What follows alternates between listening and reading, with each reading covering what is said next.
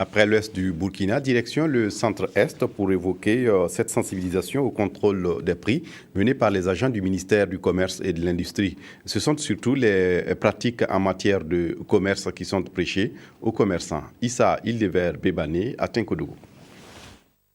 Cette réunion est la première d'une série de rencontres que le ministère du Commerce, de l'Industrie et de l'Artisanat compte organiser au profit des opérateurs économiques de la région du Centre-Est.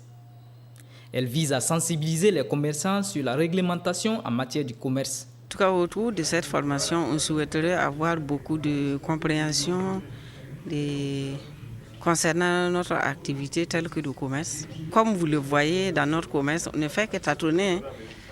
On ne connaît pas les règles, rien. On est là-dedans, mais vraiment, c'est un peu souffrant. Ces derniers temps, le ministère du Commerce, de l'Industrie et de l'Artisanat a multiplié des actions de contrôle au niveau donc des régions. Et cet atelier qui sera consacré à l'information et à la sensibilisation de la réglementation du commerce vient justement en complément de ces actions, parce que qui dit répression dit en préalable l'information nécessaire pour permettre aux commerçants de connaître leurs droits et leurs devoirs.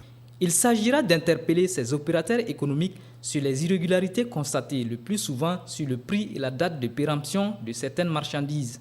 Le commerçant a le droit de vendre, mais il n'a pas le droit d'empoisonner les gens. Il a le droit de vendre, mais il n'a pas le droit de gruger le consommateur.